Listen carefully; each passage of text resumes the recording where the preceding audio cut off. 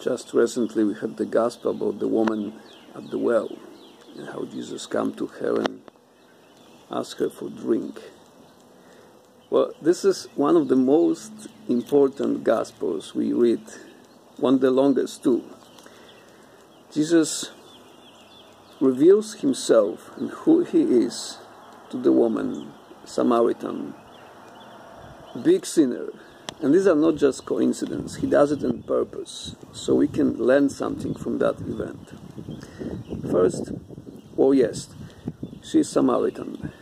Jews and Samaritans have a long history of animosity, anger, hatred, and just Jewish people were avoiding going to Samaria, even if that would be the shortest way. They didn't want to do anything with the Samaritans.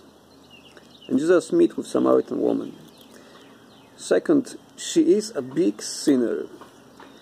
That's really important, because Jesus doesn't avoid sinners. He reaches them. He comes to them.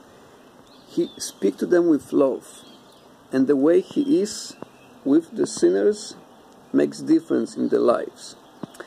Third, the Samaritan woman is woman. That's important detail here. Well-respected Jewish rabbi would not even talk to his wife in public place, not even speaking about talking to somebody unknown. And another thing, when the man was at the well, an unknown woman was coming to get some water, the rule was that he was supposed to go away at least for the 20 feet to let her come and get the water. Jesus doesn't do it. He breaks another very important custom in the Jewish tradition. And then another thing, he let the woman go back and talk that he is the Messiah. He let the woman be witness to who he is. And then he does it again at the resurrection, when he led the Mary Magdalene to tell the disciples that he is risen. Now the challenge here is that, sorry ladies for that, but this is how it used to be and still is in many places on the East, that the witness of woman was no value. Woman could see the crime, the murder. No, her word was not having any value.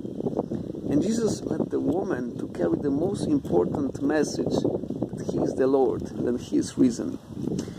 In a very simple way, in many places, he brings back woman's dignity, saying that women have an important place in society.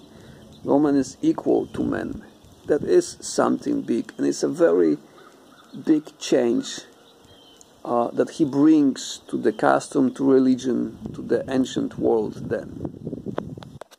Now, the woman comes to the well at noon. Why?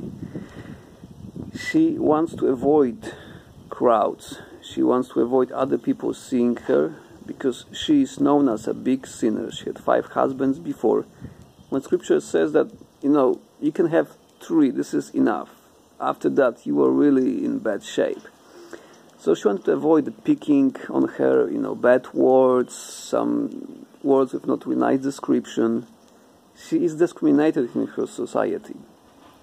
And Jesus, on purpose, goes there to meet her. In her loneliness, in her tiredness, in her despair. He meets her. It's a big thing too. Why it's big? Because we need to ask ourselves, who are nowadays Samaritans in our families, in our culture, workplaces, town? Who are the people who are disrespected, picked on, shameful, scandalous? Who are the people about whom we talk? Yes, this is the sinner. He does something awful. That's bad. Don't talk with them. Don't go for parties with them. Who are the people who are not welcomed in the church? Who are seen as Oh yeah, they are big sinners. They do bad things. They cannot come with us to worship the Lord. But they are still in our families, neighbors, neighborhoods, co-workers. Who are these people?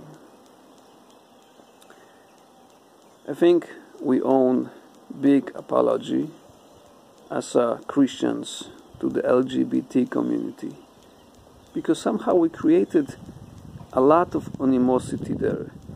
Somehow these people feel like they are condemned, like they don't deserve love. They became rejected by our church holy culture. There was this big shooting in Florida, one of the gay bars, and one of the churches ministers, Christian church, said like, they deserve it. What are awful things to say. And that just build up the herd. The people who need most our love, our care, our acceptance, they are rejected. That's the work of evil one, not by Christ. Maybe we have somebody from LGBT community in our families. And you know well how difficult it is that they are not accepted. They look with different look and many other things there. We need to reach to those peoples. They are our brothers and sisters. We are all sinners. And we don't have right to exclude somebody from loving, caring presence, from worship together, just because somebody's bigger sinner would think so than we. So much that needs to be changed. We can do it only with help of Christ. We need to beg Him to give us compassionate hearts that will see beyond just the labels of who is the sinner, who is not. Just behind the label who is correct or who is not. Jesus came to the Samaritan woman.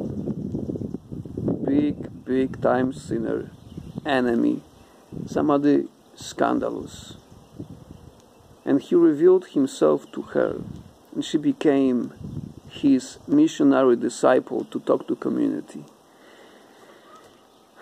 I sense that those people who are rejected by us, who are unwelcomed in the churches, they could bring a lot of life to our communities.